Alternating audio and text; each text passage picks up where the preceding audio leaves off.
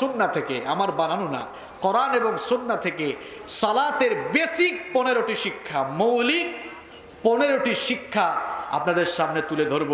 ওই শিক্ষাগুলো যদি আমরা অর্জন করতে পারি, আপনার জীবন পরিবর্তন হয়ে যাবে, আপনার সমাজ পরিবর্তন হয়ে যাবে, আপনার রাষ্ট্র পরিবর্তন হয়ে যাবে। আল্লাহ তাআলা যেন শেষ পর্যন্ত আমাদেরকে ধৈর্য ধরে শোনার, বুঝার এবং বাস্তব জীবনে মানার তৌফিক দেন, আমরা বলি আমিন। শুনতে রাজি আছেন তো? মুখস্থ করতে হবে, কিন্তু আমি আলোচনা শেষে সবার কাছ থেকে পড়া নিব। এই 15টা আমি মুখস্থ করাই ছাড়বো, কিন্তু আজকে এটা মুখস্থ করে এখান থেকে যেতে হবে ইনশাআল্লাহ। প্রস্তুত তো আপনারা? যাদের কাছে স্মার্টফোন আছে নোট করে রেখে দিবেন। নাম্বার 1, 1 নাম্বার হচ্ছে সালাত teach us to live a clean life. সালাত আমাদেরকে পরিচ্ছন্ন জীবন যাপনের শিক্ষা দেয়। মনে রাখবেন, 1 নাম্বার, সালাত আমাদেরকে পরিচ্ছন্ন জীবন যাপনের শিক্ষা দেয়। আপনি স্মার্ট জীবন যাপন করবেন, পরিষ্কার থাকবেন, পরিচ্ছন্ন থাকবেন, এই লেসন, এই শিক্ষা প্রত্যেক দিন 5 বার নামাজের মাধ্যমে আপনাকে দিচ্ছেন কে? কারণ সালাত এমন একটি ইবাদত।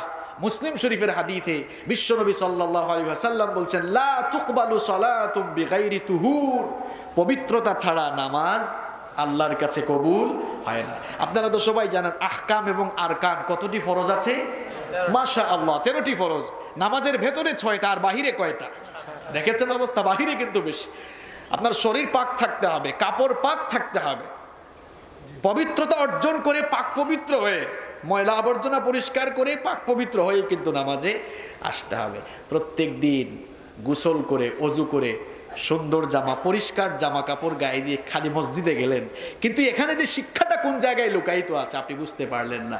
প্রিয় ভাইয়েরা, শুধুমাত্র নামাজেই পরিষ্কার পরিচ্ছন্ন হয়ে গেলেই চলবে না, বরং একজন মুমিন মৃত্যুর আগ পর্যন্ত ক্লিন এবং স্মার্ট জীবন যাপন করবে, এই শিক্ষাই কিন্তু নামাজ আমাদেরকে দেয়, ঠিক কিনা? কারণ আমার নবী পড়েন মুহাম্মদ সাল্লাল্লাহু আলাইহি ওয়াসাল্লাম, তিনি কতটা স্মার্ট জীবন যাপন করতেন। আমি তো প্রায় প্রোগ্রামেই বলি, এই পৃথিবীতে আমার নবীর মতো স্মার্ট আর ফ্যাশনেবল কোনো মানুষ আল্লাহর আকাশের নিচে জমিনের উপরে নাই। কেন নাই? বর্তমান চিকিৎসা বিজ্ঞানীরা বলে ঘুমানোর আগে একবার আর ঘুমানোর পরে একবার, ঘুম থেকে উঠার পরে আরেকবার দাঁত ব্রাশ করো। আর আমার নবী এত স্মার্ট ছিলেন, এত ফ্যাশনেবল ছিলেন, বর্তমান চিকিৎসা বিজ্ঞান বলে 2 বার দাঁত ব্রাশ করো। আর আমাদের মা আম্মা জানা আয়েশা রাদিয়াল্লাহু আনহার বর্ণনা, আমার নবী ঘুমানোর আগেও যেমন মিসওয়াক করতেন, ঘুমানোর পরেও তো করতেন। আবার প্রত্যেক 5 ওয়াক্ত নামাজের আগে আমার নবী মিসওয়াক করেছেন। তাহলে আমার নবী বেশি স্মার্ট না বর্তমান বিজ্ঞান বেশি স্মার্ট? আপনারা জবাব দেন। হ্যাঁ, সবাই তো কথা বললেন না। আমার নবী বেশি স্মার্ট নাকি বর্তমান বিজ্ঞান বেশি স্মার্ট? এই মুসলমানেরা ভালো করে শুনেন, পৃথিবীর মানুষকে দাঁত ব্রাশ করা শিখিয়েছেন আল্লাহর নবীরা, ঠিক কি না? আপনি হাদিসের কিতাব খুলে দেখেন, সিওয়াকু মিন সুনানিল মুরসালিন, মিসওয়াক করা, দাঁত ব্রাশ করা ছিল আল্লাহর সকল নবীদের সুন্নাতের অন্তর্ভুক্ত। সুবহানাল্লাহ। পৃথিবীর মানুষদেরকে দাঁত ব্রাশ করা শিখিয়েছেন কারা? আল্লাহর নবীরা। তাহলে বর্তমান বিজ্ঞান বলছে 2 বার দাঁত ব্রাশ করো, আর আমার নবী 5 আর 2 কত হয়? কত হয়? ইন্নাল উলামা ওয়ারাসাতুল আম্বিয়া, উলামায়ে কিরাম হচ্ছেন নবীর ওয়ারিস। উলামায়ে কিরাম হচ্ছেন আল্লাহর জমিনে নবীদের প্রতিনিধিত্বকারী, নবীদের রিপ্রেজেন্টেটিভ, নবীদের প্রতিনিধি। যেই উলামাদেরকে দেখে আমরা ইসলাম শিখব, আফসোস করে বলতে হয় আমাদের দেশে এটা খুব বেশি, আরাবিয়ান কান্ট্রিগুলিতে আলহামদুলিল্লাহ ঠিক আছে, কিন্তু দেখা যায় যাদেরকে দেখে আমরা ইসলাম শিখবো তাদের কাপড় চোপড়েই ময়লা আছে না নাই? এটা তো ইসলাম বলে না। আমার নবী কত স্মার্ট ছিলেন, কত ফ্যাশনেবল ছিলেন। আপনারা আবার ভুল বুঝিয়েন না যে স্মার্ট আর ফ্যাশনের সংজ্ঞা কি নতুন নতুন কাপড় পরা আর আবুল তাবুল ফ্যাশন বের করা। এখন তো কত আবুল তাবুল ফ্যাশন। এক ছেলেকে দেখলাম প্যান্ট পরেছে, এখান দিয়ে ছিদ্র, এখানে হাঁটুর উপরে আছে না। আমি ভাবলাম হায় হায়, এই ছেলে মনে হয় অ্যাক্সিডেন্ট করেছে কিছুক্ষণ আগে। বললাম এদিকে আসো, কি ব্যাপার, তুমি মনে হয় অ্যাক্সিডেন্ট করেছো তাই না? কয় হুজুর আপনারা যে এত ব্যাকডেটেড, মানুষ তো ঠিকই বলে আপনারা আসলেই ব্যাকডেটেড, কেন আমি অ্যাক্সিডেন্ট করবো, আমি তো ঠিক আছি। বললাম তাইলে তোমার হাঁটুর উপরে প্যান্ট ছিঁড়া কেন, রিক্সা থেকে পড়ে গিয়েছ? কয় হুজুর আহা, আপনারা সেই সেকেলেই রয়ে গেলেন, এটা তো নিউ স্টাইল, নিউ ফ্যাশন। আমি বললাম ভাই যেই আপডেটেড জামানা তোমাদেরকে কাপড় ছিদ্র করে উলঙ্গ হতে শিখায়, এটা তো কখনোই ফ্যাশন হতে পারে না, বরং এটা বেহায়াপনা ছাড়া আর কিছুই হতে পারে না। কাপড় চোপড় কম পড়লেই যদি স্মার্ট হওয়া যেত, তাহলে আদিম যুগের মানুষ সবচেয়ে বেশি স্মার্ট ছিল। তারা কাপড়ই পায় নাই, কাপড় চোপড়ের অভাবে গাছের লতা পাতা দিয়ে তাদের লজ্জাস্থান ঢেকেছে, ঠিক কিনা? আমার নবী কত স্মার্ট আর ফ্যাশনেবল ছিলেন। স্মার্ট আর ফ্যাশনেবল বলতে আমি বুঝাচ্ছি, আমার নবী কত পরিষ্কার, কত পরিচ্ছন্ন থাকতেন। আপনার জামাটা পুরান হোক, অসুবিধা নাই, ধুয়ে পরেন। আপনার শরীরটাকে পরিষ্কার রাখেন, মুখটাকে পরিষ্কার রাখেন। প্রথম শিক্ষাটাই নামাজের এটা, যে আপনি পরিচ্ছন্ন থাকবেন। এই করোনা ভাইরাস আসার পরে গোটা দুনিয়ার চিকিৎসা বিজ্ঞানীরা মানুষদেরকে সবক দিচ্ছে, সব সময় আপনারা হাত ধুবেন, পরিষ্কার পরিচ্ছন্ন থাকবেন, নোংরা থাকবেন না। আর আমার ইসলাম কত সায়েন্টিফিক। ১৫০০ বছর আগে আমার নবী বলেছেন, আত-তুহুরু শাত্রুল ঈমান, পরিষ্কার পরিচ্ছন্নতা হলো তোমার ঈমানের একটা পার্ট। সুবহানাল্লাহ, কত স্মার্ট আমার ইসলাম। এবার শুনেন আমার নবী কত স্মার্ট ছিলেন। বিশ্বনবীর সাহাবীদের মুখ থেকেই সেটা শুনেন। রাসূল কারীম সাল্লাল্লাহু আলাইহি ওয়াসাল্লামের প্রিয় একজন সাহাবী সাইয়েদনা আনাস রাদিয়াল্লাহু আনহু বলেছেন, মা শামামতু আনবারান কাত্তু ওয়ালা মিসকান ওয়ালা শাইআন আতয়াবু মির রিহি রাসূলিল্লাহ। পড়েন সাল্লাল্লাহু আলাইহি ওয়াসাল্লাম। সাইয়েদনা আনাস রাদিয়াল্লাহু আনহু বলেছেন, আমার নবী যখন আমাদের কাছে আসতেন, আল্লাহর নবীর দেহ মুবারক থেকে আমরা এমন সুগন্ধি লাভ করতাম, সেই সুগন্ধি মেশকে আম্বরের সুগন্ধির চাইতেও আমাদের কাছে অনেক ভালো লাগতো। বলেন তো, শরীর থেকে সুগন্ধি আসলে পরিচ্ছন্ন থাকলে নাকি অপরিচ্ছন্ন থাকলে? শরীর থেকে সুগন্ধ আসে পরিচ্ছন্ন থাকলে না অপরিচ্ছন্ন থাকলে? আমার নবী নিজে যেরকম পরিষ্কার পরিচ্ছন্ন থাকতেন, তেমনি অপরিচ্ছন্ন কাউকে দেখলেই পরিচ্ছন্ন হওয়ার ব্যাপারে উৎসাহিত করতেন। আমার নবী সাল্লাল্লাহু আলাইহি ওয়াসাল্লাম একবার এক সমাবেশের মধ্যে আসলেন। জাবের বিন আব্দুল্লাহ রাদিয়াল্লাহু আনহু বলছেন, আতানা রাসূলুল্লাহ সাল্লাল্লাহু আলাইহি ওয়াসাল্লাম ফারাআ রাজুলান শাইতান ক্বাদ তাফাররাকা শা'রুহু। আল্লাহর নবী আমাদের মধ্যে আসলেন, এসে দেখলেন এক লোক তার চুল উস্কো খুস্কো ছিল। এমন অবস্থা দেখে আমার নবী বললেন, কি ব্যাপার, তুমি চুল আঁচড়ানোর জন্য কি কোনো চিরুনি পাও নাই নাকি? আবার আমার নবী আরেক লোককে দেখলেন, আরেক লোককে দেখলেন তার কাপড়ের মধ্যে ময়লা আছে, ময়লা কাপড় পরিধান করা লোকটাকে দেখেই তিনি বললেন, কি ব্যাপার, কাপড়টা ধোয়ার জন্য কোনো পানি পাও নাই নাকি? সুবহানাল্লাহ পড়েন। কত স্মার্ট ছিলেন আমার নবী। একটা কসমেটিক্সের বক্স থাকতো, চিরুনি রাখতেন, সুরমা রাখতেন। আপনারা তো আতর হাতের এখানে লাগান, আত-তাআত্তুরু মিন সুনানিল মুরসালিন, আতর এটা নবীগণের সুন্নাহ। আপনারা আতর হাতের উপরে লাগান, অনেকে আবার গালের মধ্যে এমনি করে ঘষে, আসে না নাই? আপনারা এমনি করে ঘষেন, এরপরে শরীরেও লাগান, অসুবিধা নাই।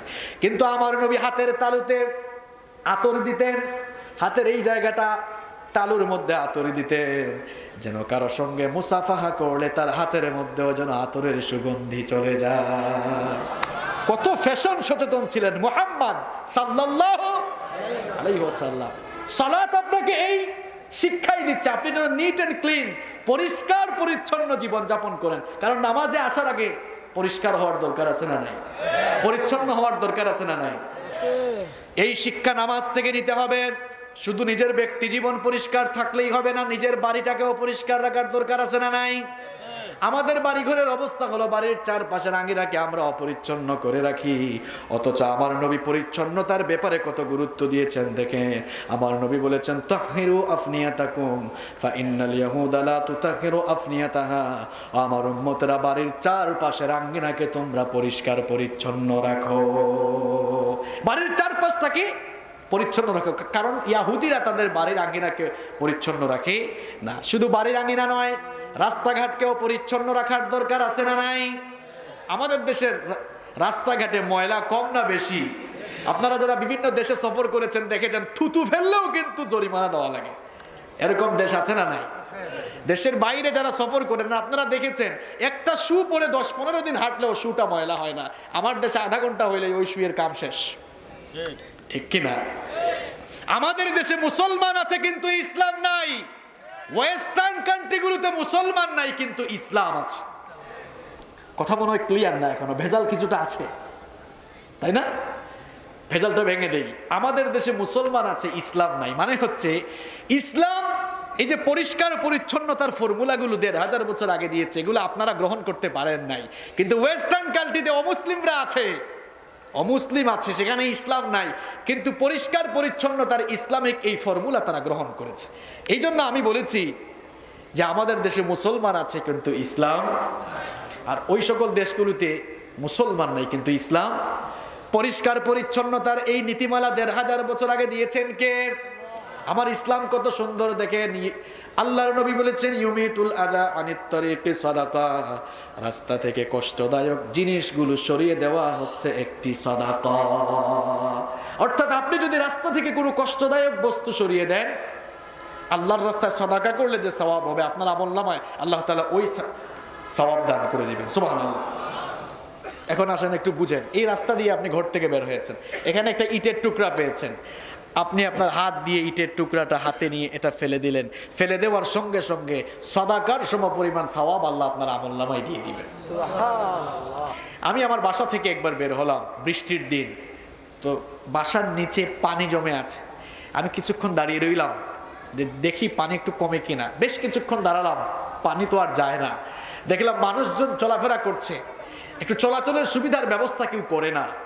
কিছুক্ষণ পর তাকিয়ে দেখলাম আমার সামনে কিছু ইট আমি লক্ষ্য করলাম। ওই ইটগুলাকে আমি নিয়ে আমি নিজের হাতে ইটগুলাকে স্থাপন করলাম। এখন আমিও হেঁটে যেতে পারলাম, আরো অনেকেই হেঁটে গেল। এই যে কাজটা করলাম, এই কাজটার কারণে সাদাকার সওয়াব আছে না নাই? আপনারাও করবেন তো ইনশাআল্লাহ? আপনারা যে করেন, বাসা থেকে বের হইলে নাক ভক্ত হয়, এদিকে ওইদিকে গন্ধ নাকে লাগবে, কিন্তু এরপরও দুর্গন্ধযুক্ত ওই জিনিসটা ফেলবে না। আহারে, এই আপনি ইসলাম শিখেছেন না? অথচ নামাজ আপনাকে মুসল্লি কিন্তু এরা দেখবেন মসজিদে যাচ্ছে, বাসা থেকে বের হয়ে মসজিদে যাচ্ছে, এই আপনি নামাজ থেকে ট্রেনিং নিয়েছেন না? নামাজের প্রথম শিক্ষাটাই হলো পরিষ্কার পরিচ্ছন্ন জীবনযাপন। নিজের ফ্যামিলিতে পরিচ্ছন্নতা থাকবে, নিজের সোসাইটিতে পরিচ্ছন্নতাকে, আপনার সমাজটাকে আপনি পরিষ্কার পরিচ্ছন্ন রাখবেন। শুধু আপনার এলাকাকে পরিষ্কার পরিচ্ছন্ন রাখা পৌরসভার দায়িত্ব নয়, সিটি কর্পোরেশনের দায়িত্ব নয়, এটা সরকারের দায়িত্ব নয়, এটা মুমিন হিসাবে আপনারও দায়িত্ব। তাহলে সালাত আমাদেরকে প্রথম যে শিক্ষা দিচ্ছে সেটি হচ্ছে পরিষ্কার পরিচ্ছন্ন জীবনযাপনের শিক্ষা দিচ্ছে। নাম্বার 2 নাম্বার হচ্ছে সালাত আমাদেরকে ইউনাইটেড থাকার শিক্ষা দেয়, ঐক্যবদ্ধ থাকার শিক্ষা দেয়। কারণ সালাত ফরজ করা হয়েছে জামাতের সাথে। কোরআনে কারীমের 2 নম্বর সূরা সূরাতুল বাকারা এর 43 নম্বর আয়াতে আল্লাহ পাক সুন্দর করে বলছেন, ওয়া আকিমুস সালাতা ওয়া আতুজ যাকাতা ওয়ারকাউ মা'র রাকিঈন। সালাত কায়েম করো আর যাকাত দাও, আর মসজিদে এসে যারা রুকু করে রুকুকারীদের সাথে রুকু করো, অর্থাৎ জামাতের সাথে সালাত আদায় করো। প্রত্যেক দিন যে আপনারা জামাতের সাথে নামাজে যান, কি শিখলেন আপনারা? নামাজ থেকে বের হয়ে শুধুমাত্র রাজনৈতিক মতপার্থক্যের কারণে কিংবা মাসআলাগত মতপার্থক্যের কারণে কয় তুই কাফের, তুই অমুক, তুই তমুক, আছে না নাই? কি শিখলেন আপনি নামাজ থেকে? এই কেউ উঠবেন না, মূল জায়গায় কিন্তু এখন গেলাম মাত্র। নামাজ আপনাকে ঐক্যবদ্ধ থাকার শিক্ষা দিচ্ছে। মুমিন ভাইরা ঐক্যবদ্ধ থাকবে, এই শিক্ষা নামাজ থেকে আসতেছে। কারণ নামাজে আমরা যাওয়ার পরে নামাজে কি এমন কোনো সিস্টেম আছে যে সামনের কাতারে শুধু ভিআইপি মানুষ দাঁড়াবে? এমন কোনো সিস্টেম আছে? নামাজে যখন আমরা যাই, চেয়ারম্যান সাহেবের পাশে যদি রিক্সাওয়ালা দাঁড়ায়, চেয়ারম্যান সাহেবের কি এই কথা বলার কোনো অধিকার আছে? এই বেটা রিক্সাওয়ালা, আমি এই ইউনিয়নের চেয়ারম্যান কিংবা কাউন্সিলর, অত্র ওয়ার্ডের কাউন্সিলর, তুই আমার পাশে দাঁড়াইলি কেন? এই কথা বলতে পারবে? এই কথা বলতে পারবে? বললে রিক্সাওয়ালাই বলবে, আমি আপনার চেয়ারম্যানগিরি গিয়ে পারলে আপনি ইউনিয়ন পরিষদে দেখান। এখানে আপনি এসেছেন, আমিও এসেছি, আপনিও আল্লাহর গোলাম, আমিও আল্লাহর। মসজিদে আসলে কোনো ক্লাসিফিকেশন থাকে না। এজন্য মহাকবি, কবি সম্রাট আল্লামা ইকবাল তিনি তার কবিতায় বড় চমৎকার করে বলেছেন, এক হি সাফ মে খড়ে হো গে মাহমুদ ও আয়াজ, এক হি সাফ মে खड़े होंगे महमूद अयाज, না কুই বান্দা রাহা না কুই বান্দা নওয়াজ।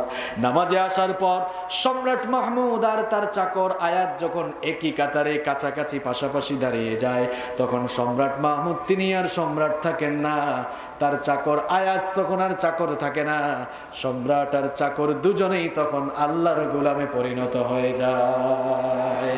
এই যে নামাজে আসলেন আপনি, নামাজে আসার পর যে ঐক্যের শিক্ষা আপনি পাচ্ছেন, সবাই আমরা একই কাতারে দাঁড়াই, নাকি সেখানে আমরা বলি যে চেয়ারম্যানরা আগে দাঁড়ান, মেম্বাররা পরে, সাধারণ নাগরিক পরে, রিক্সাওয়ালা পরে, এরকম আমরা বলি? কথা বলেন, এরকম আমরা বলি? এরকম বলেন। নামাজে আসলে সবাই আমরা কাঁধে কাঁধ মিলিয়ে একই কাতারে দাঁড়াই। এই একতার শিক্ষাটা মসজিদের বাহিরেও থাকতে হবে। ওয়াতাসিমু বিহাবলিল্লাহি জামিআন ওয়া লা তাফাররাকু। নামাজে যেভাবে ঐক্যবদ্ধ হয়ে কাঁধে কাঁধ লাগিয়ে দাঁড়াই, আল্লাহ তাআলা বলছেন এভাবেই ঐক্যবদ্ধ হয়ে আল্লাহর দ্বীনকে ঐক্যবদ্ধভাবে তোমরা ধারণ করো। কথাটা কার? তো এটা তো শুধু মসজিদে আছে, মসজিদের বাইরে আসলে একজন আরেকজনকে দেখতে পারে না, কয় তুই ঠান্ডা সুন্নি, কয় অসুবিধা কি, তুই তো গরম সুন্নি, কয় তুই কাফের, কয় তুই তো ওয়াহাবি। এরকম আছে না নাই? অমুসলিমরা যখন মারপিট করে, অমুসলিমরা যখন, ইসলাম বিরোধীরা যখন নির্যাতন শুরু করে, তখন কি হানাফির উপরে শুরু করে? কথা কন না কেন? তখন হানাফির উপরে শুরু করে, সুন্নির উপরে শুরু করে, মুসলমান পাইলেই হয়েছে, ঠিক কি না?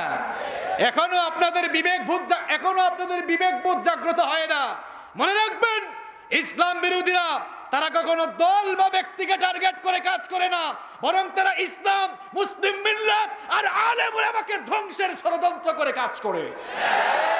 বুঝতে পারছেন না আপনি? সালাতের ঐক্যের শিক্ষা কোথায়? আমরা ছিলাম সিংহের জাতি, আমাদের পূর্বপুরুষদের ইতিহাস এই, গোটা দুনিয়াকে আমরা একচ্ছত্রভাবে শাসন করেছি।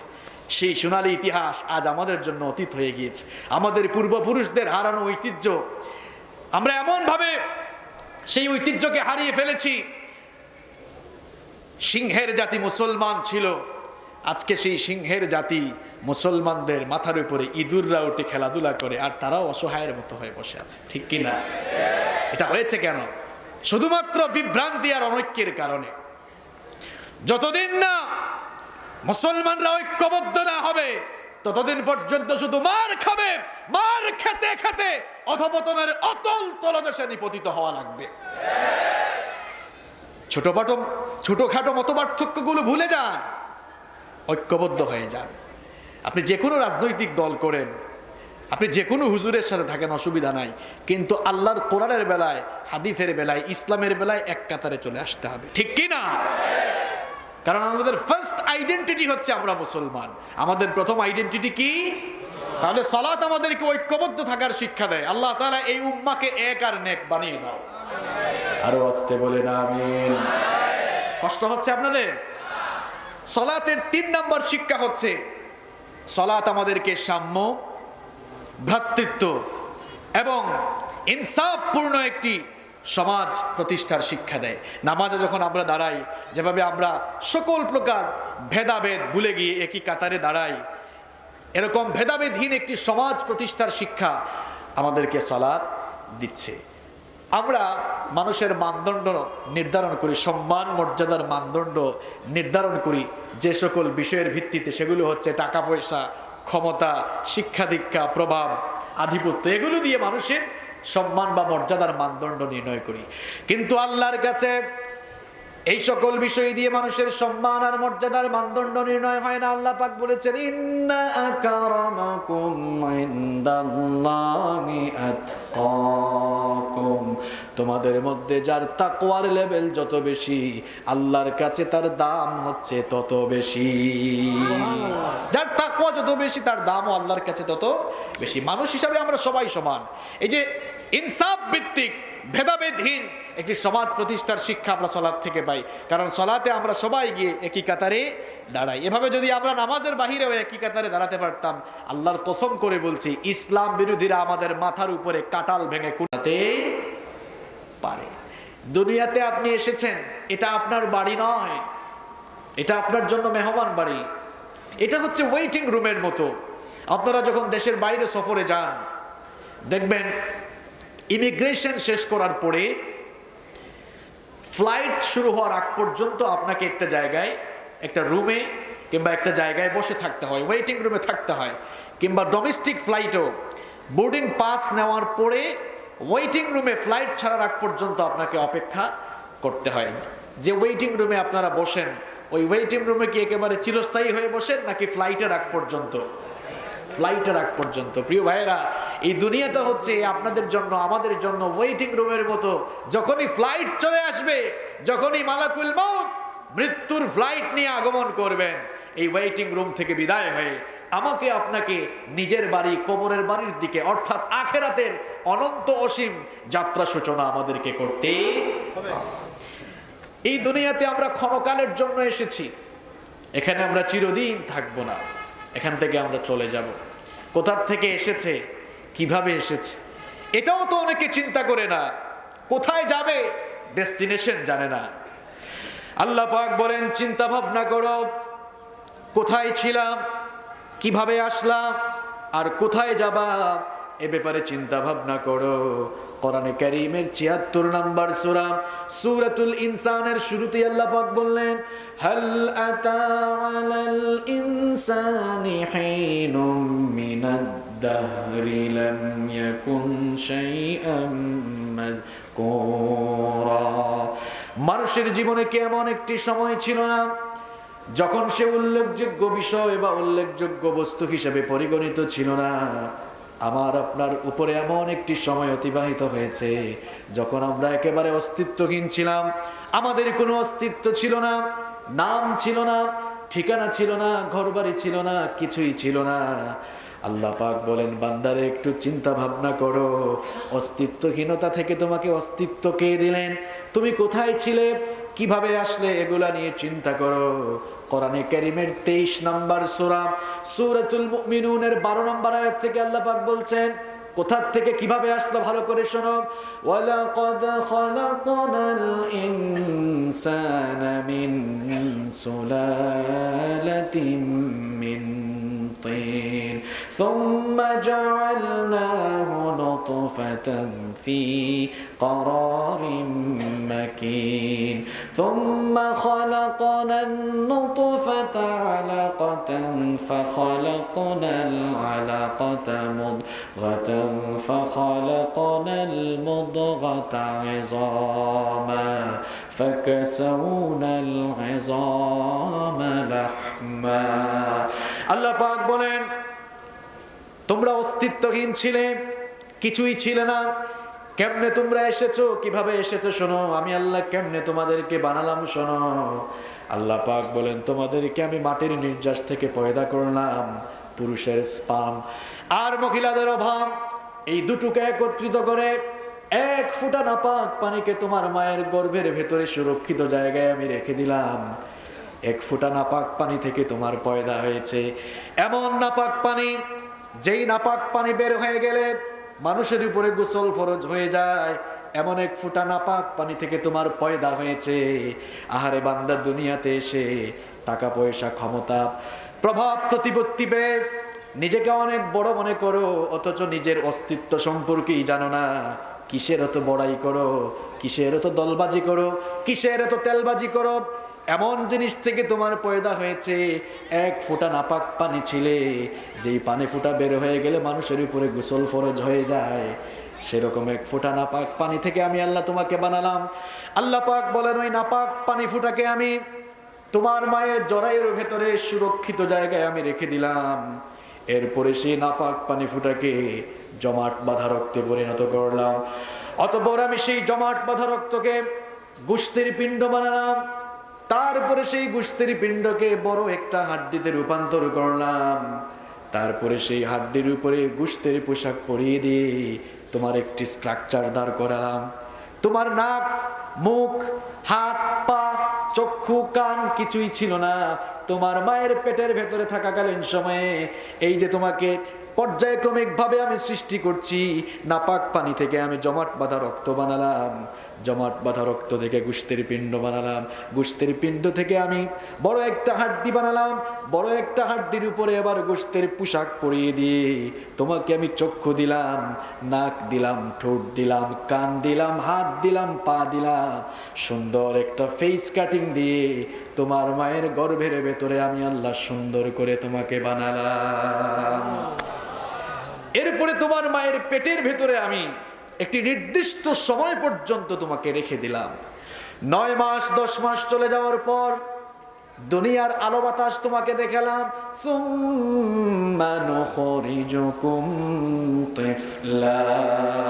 এরপরে তোমার মায়ের পেটের ভেতর থেকে আমি তোমাকে বাচ্চার আকারে বের করে নিয়ে এসে এই দুনিয়ার আলো বাতাস আমি দেখিয়েছি। সুবহানাল্লাহ পড়ো। চিন্তা করেন কোথা থেকে কিভাবে এসেছেন। কিছুই ছিলেন না আপনি, কোনো নাম ছিল না, ঠিকানা ছিল না, বাড়ি ছিল না, কিছুই ছিল না। কিভাবে আসলেন?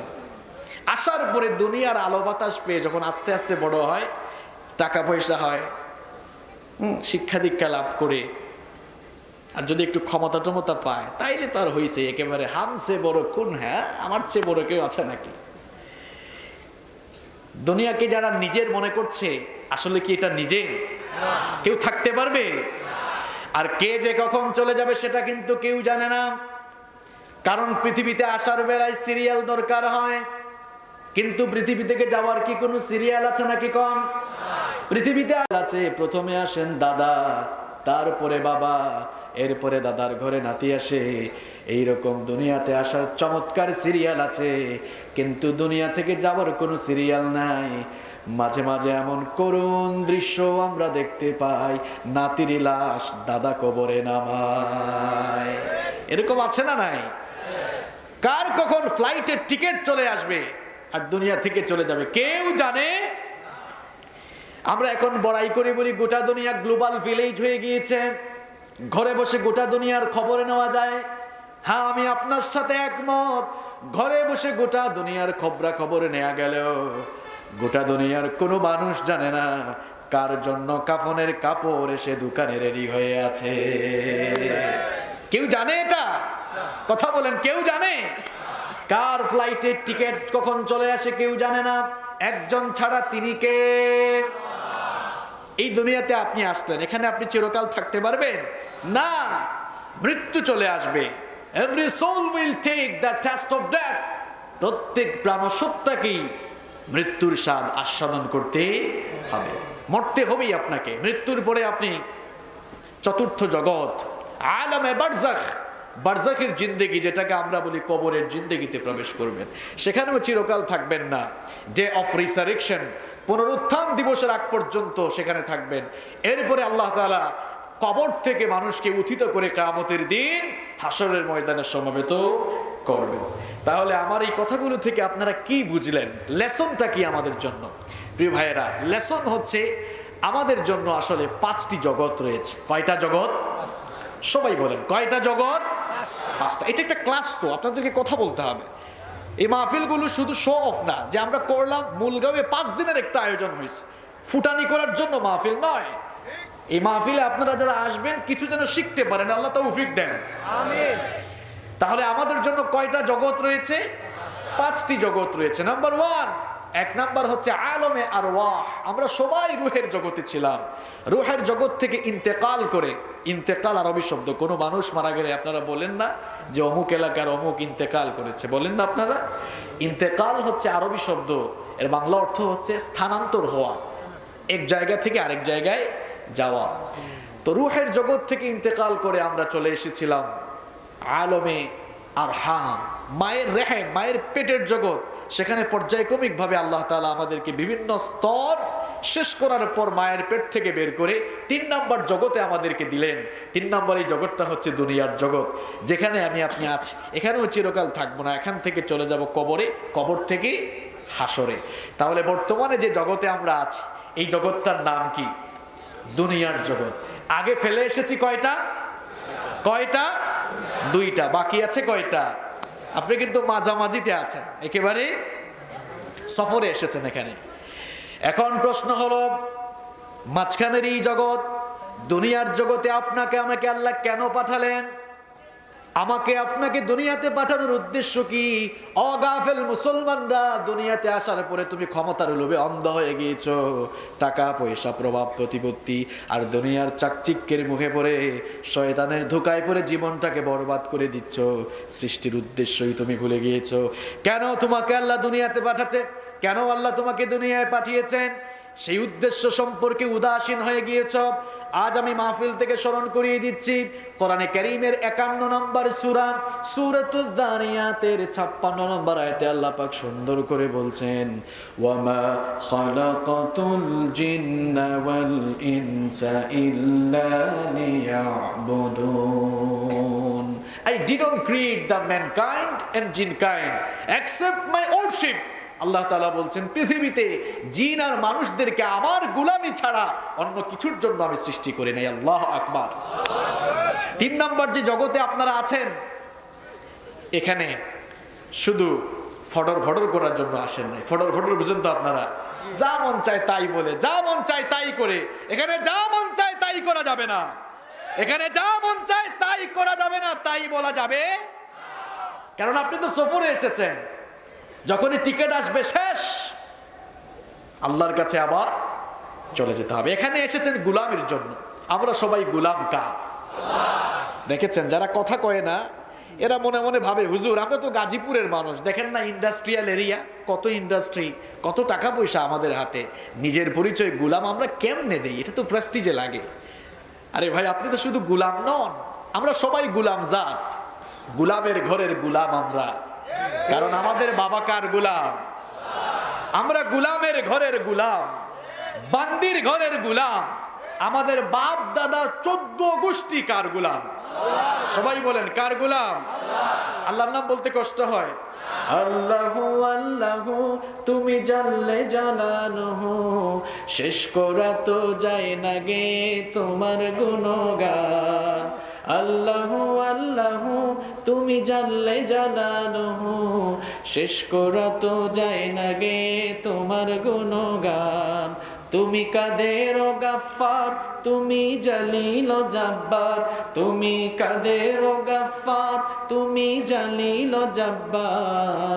অনন্ত অসীম তুমি রহিম রহমান। আল্লাহু আল্লাহু তুমি জানলে জানানো, শেষ করা তো যায় না গে তোমার গুণগান। আল্লাহু আল্লাহু তুমি মাটির আদমকে প্রথম সৃষ্টি করিয়া ঘোষণা করিয়া দিলে শ্রেষ্ঠ বলিয়া। তুমি মাটির আদমকে প্রথম সৃষ্টি করিয়া ঘোষণা করিয়া দিলে শ্রেষ্ঠ বলিয়া। তাই নূরের ফেরেশতা করে আদমকে সেজদা, ও তাই নূরের ফেরেশতা করে আদমকে সেজদা। তুমি সবার চেয়ে দিলে মাটির মানুষকে সম্মান। আল্লাহু আল্লাহু তুমি জানলে জালালুহু, শেষ করা তো যায় না গে তোমার গুণগান। আল্লাহু আল্লাহু তুমি জানলে জালালুহু, শেষ করা তো যায় না গে তোমার গুণগান। আল্লাহু আল্লাহু পড়েন আল্লাহু আকবার। আল্লাহ তাআলার গুণগান গেয়ে শেষ করা যাবে? কথা বলেন, শেষ করা যাবে? যে কথা বলছিলাম, আমার আপনার সকলের মালিককে। আমরা সবাই গোলাম কার? আমরা যে আল্লাহ তাআলার গোলাম, এই গোলামের তো দৃষ্টান্ত পাওয়া যেতে হবে। আমরা যে আল্লাহ তাআলার গোলাম, এর একটা নমুনা আপনার বাস্তব জীবনে প্রতিফলিত হওয়া লাগবে। আমরা যে আল্লাহ তাআলার গোলাম, এর সবচাইতে বাস্তব প্রতিফলন একটি ইবাদতের ভেতরে পাওয়া যায়। সেই ইবাদতের নাম হচ্ছে সালাত। সেই ইবাদতের নাম কি? সালাত, যেটাকে আমরা বলি নামাজ। আমরা কি বলি? নামাজ। প্রিয় ভাইয়েরা, সর্বাবস্থায় আমাদের অন্তরে যেন আল্লাহ তাআলার ভয় থাকে, স্মরণ থাকে। এই জন্য আল্লাহ তাআলা বান্দাদের উপরে প্রাত্যহিক 5 ওয়াক্ত সালাত ফরজ করে দিয়েছেন। সালাত এটি এমন একটি ইবাদত, এটি হচ্ছে আল্লাহ আর বান্দার সাক্ষাৎকার হওয়ার জায়গা। সুবহানাল্লাহ বাড়ি গিয়ে বলেন। Keep in your mind, salat is a conversation between Almighty Allah and the slave. সালাত হচ্ছে আল্লাহ আর বান্দার মধ্যে কথা বলার একটি জায়গা। সুবহানাল্লাহ। আপনারা নামাজে দাঁড়ান কিন্তু কিছুই বুঝেন না। কেউ কেউ তো আছে, আপনাদের এলাকায় আছে কিনা আমি জানি না, কেউ কেউ আছে নামাজে দাঁড়িয়ে ঘড়ির টাইমের দিকে তাকায় থাকে। ইমাম সাহেব যদি একটু লম্বা কিরাত শুরু করে পেছন থেকে সিগন্যাল দেন, মানে হুজুর একটু শর্ট করেন, এরকম আছে না?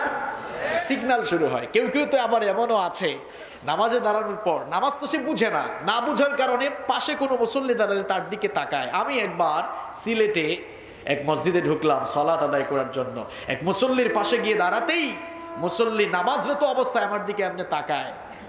আমি ভাবলাম যে এই মুসল্লির তো নামাজের দিকে কোনো কনসেন্ট্রেশন নেই, সাথে সাথেই তার মাথাকে ধরে বললাম, ভাই এদিকে না ওইদিকে তাকাও। তো এইরকম কিছু নামাজি আছে না নাই? আবার নামাজ থেকে মনোযোগ চলে যেতে যেতে আমাদের মনোযোগ মাঝে মাঝে এত দূরে চলে যায়। একবার এশার নামাজ শেষ করে ইমাম সাহেব দাঁড়িয়ে বললেন, সম্মানিত মুসল্লিবৃন্দ, আজকের সালাত 4 রাকাত হলো নাকি 3 রাকাত হলো? আমি তো কনফিউশনে পড়ে গিয়েছি। কেউ কোনো কথা বলে না। হঠাৎ করে এক মুসল্লি দাঁড়িয়ে বলে, হুজুর আমি 100% কনফার্ম আজকে আপনি 3 রাকাত নামাজ পড়িয়েছেন। ইমাম সাহেব বললেন, কেউ তো কোনো কথা বলে না, শুধুমাত্র আপনিই বলছেন, এত কনফিডেন্ট কেন আপনার? লোকটা তখন বলল, হুজুর এই বাজারে আমার 4টা দোকান আছে, প্রত্যেক দিন এশার নামাজে আসলে এক এক রাকাতে এক একটা দোকানের হিসাব আমি কমপ্লিট করি। প্রত্যেক দিন আমি 4টা দোকানের হিসাব কমপ্লিট করতে পারি, আমার কোনো অসুবিধা হয় না। আজকে 3টা করেছি, আরো একটা বাকি আছে, তার মানে নামাজ আরো 1 রাকাত বাকি আছে। এইরকম নামাজি আছে না নাই? এরকম হচ্ছে কেন? প্রিয় ভাইয়েরা, আমি শুধু হাসির খোরাক দেওয়ার জন্য এটা বলি নাই, এখান থেকে লেসন আছে আপনার জন্য, লেসন আছে, শিক্ষা রয়েছে। কেন এই অবস্থা হচ্ছে বলেন তো? এই অবস্থা হওয়ার রিজনটা কি, কারণটা কি? কারণটা হচ্ছে নামাজ আমরা বুঝি না। নামাজ আমরা, ইমাম সাহেব পড়ছেন আলহামদুলিল্লাহি রাব্বিল আলামিন আর রহমানির রহিম মালিকি ইয়াউমিদ্দিন إياك نعبد وإياك نستعين اهدنا الصراط المستقيم صراط الذين أنعمت عليهم غير المغضوب عليهم ولا الضالين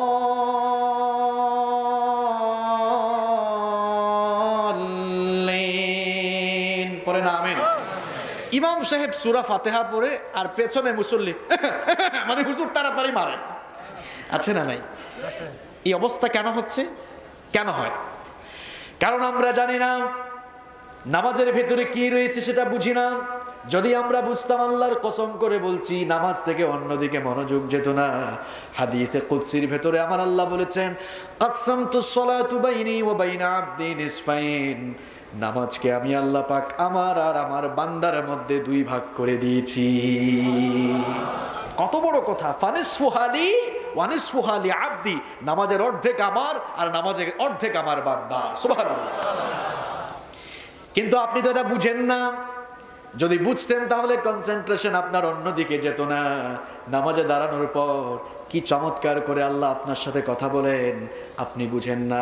নামাজে দাঁড়ানোর পর আমরা যখন বলি আলহামদুলিল্লাহি রাব্বিল আলামিন, নামাজে দাঁড়ানোর পর প্রথম আয়াতেই আমরা সবাই মিলে প্রশংসা করি কার?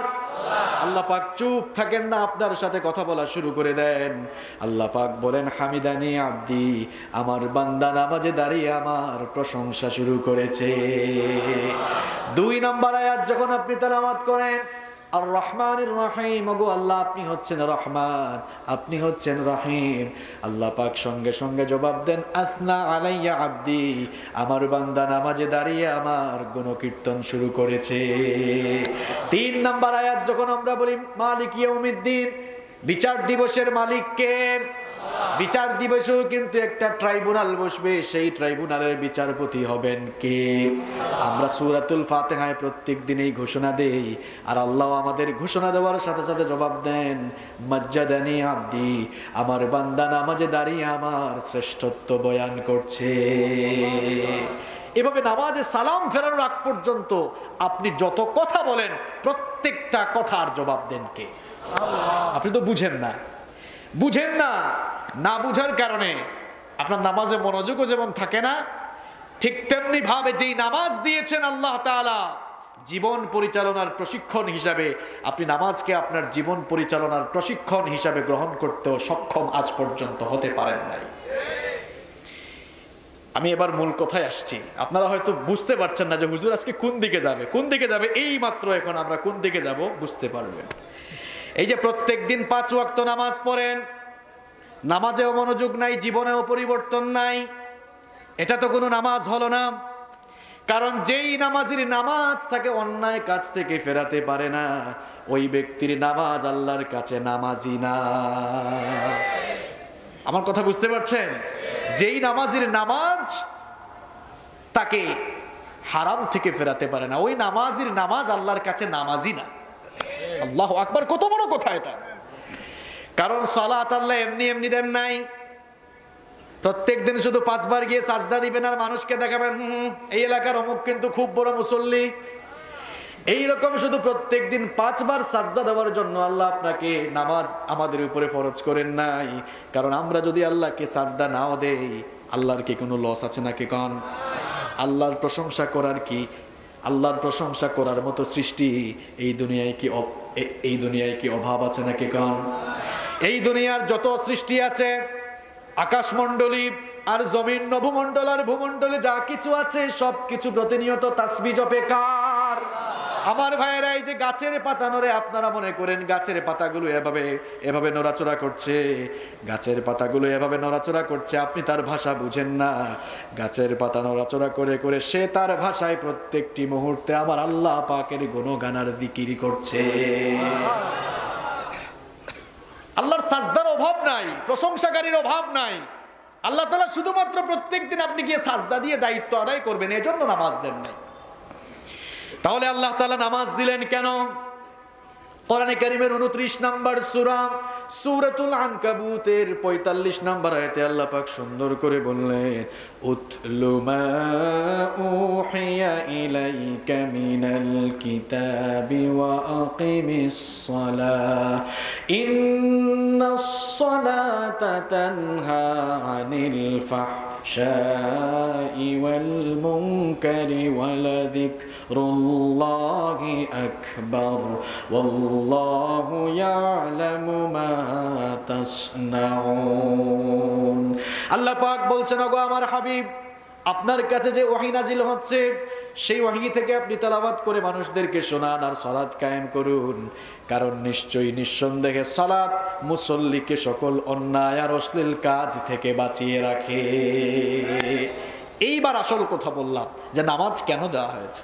নামাজ দেওয়া হয়েছে যেন শুধুমাত্র এই নামাজের মাধ্যমে আপনি সকল অন্যায় আর অশ্লীল কাজ থেকে বিরত থাকেন। আর আল্লাহ তাআলা বলছেন, যারা সঠিকভাবে নামাজ আদায় করবে এরা সকল অন্যায় এবং অশ্লীল কাজ থেকে বেঁচে থাকতে পারবে। হয়তো আপনাদের মনের মধ্যে এই প্রশ্ন চলেই এসেছে যে হুজুর, আপনার কথাটা কেমনে বিশ্বাস করব বলেন? কারণ আমরা তো আমাদের দেশে এমনও নামাজি দেখি, নামাজে একেবারে হুজুরের পেছনে দাঁড়ায়, নামাজেও সামনের কাতারে, সুদ ঘুষ খাওয়ার বেলায়ও সামনের কাতারে, নামাজি নামাজেও যায়, আবার কোরআনের মাহফিলেও বাধা দেয়।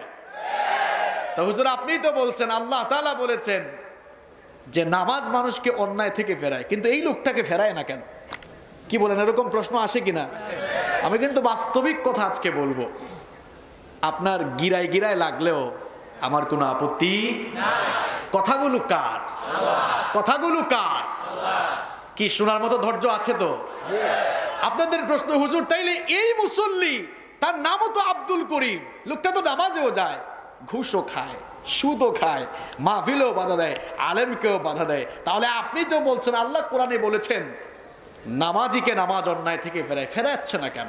এটা প্রশ্ন আসে কিনা? এই প্রশ্নের উত্তর হচ্ছে নামাজ যে উদ্দেশ্যে দেওয়া হয়েছে সেই উদ্দেশ্য ওই মুসল্লি বাস্তবায়িত তার জীবনে বাস্তবায়িত করতে পারে নাই। এখন আপনারা বলবেন হুজুর নামাজ কি উদ্দেশ্য দেওয়া হয়েছে? এর উত্তর হচ্ছে নামাজ আল্লাহ তাআলা দিয়েছেন আমাদের জীবন পরিচালনার প্রশিক্ষণ হিসাবে। আল্লাহর কসম করে বলছি, শুধুমাত্র কেউ যদি নামাজটা বুঝতে পারে তার ব্যক্তি জীবনে পরিবর্তন চলে আসবে, সমাজ জীবনে পরিবর্তন চলে আসবে, রাষ্ট্রীয় জীবনে এক বৈপ্লবিক পরিবর্তন চলে আসবে। ঠিক কি না? নামাজে এমন কিছু লেসন রয়েছে, এমন কিছু এডুকেশন রয়েছে, এমন কিছু শিক্ষা রয়েছে, সালাতের ভেতরে আপনার জন্য এমন কিছু মেসেজ রয়েছে, ওই মেসেজগুলো যদি আপনি না নিতে পারেন, ওই লেসনগুলো যদি আপনার জীবনে আপনি নিতে না পারেন, আল্লাহর কসম মরার আগ পর্যন্ত সাজদা দিতে দিতে কপালে দাগ পড়ে যাবে, কিন্তু আপনার এই নামাজের দাম আল্লাহর কাছে কোনোদিনও হবে। কারণ নামাজ যে উদ্দেশ্য দেওয়া হয়েছে সেই উদ্দেশ্য হাসিল করতে আপনি সক্ষম হতে পারেন নাই। প্রিয় ভাইয়েরা, নামাজের মধ্যে এমন কিছু শিক্ষা রয়েছে, ওই শিক্ষাগুলো আপনার জীবনে অর্জন করতে হবে। এজন্য আজকে আমি যে টপিক নিয়ে আপনাদের সামনে কথা বলতে চাই, এবার আমি হেডিংটা, শিরোনামটা আপনাদের সামনে বলছি। আজ আমি আপনাদের সামনে অত্যন্ত সংক্ষেপে কোরআন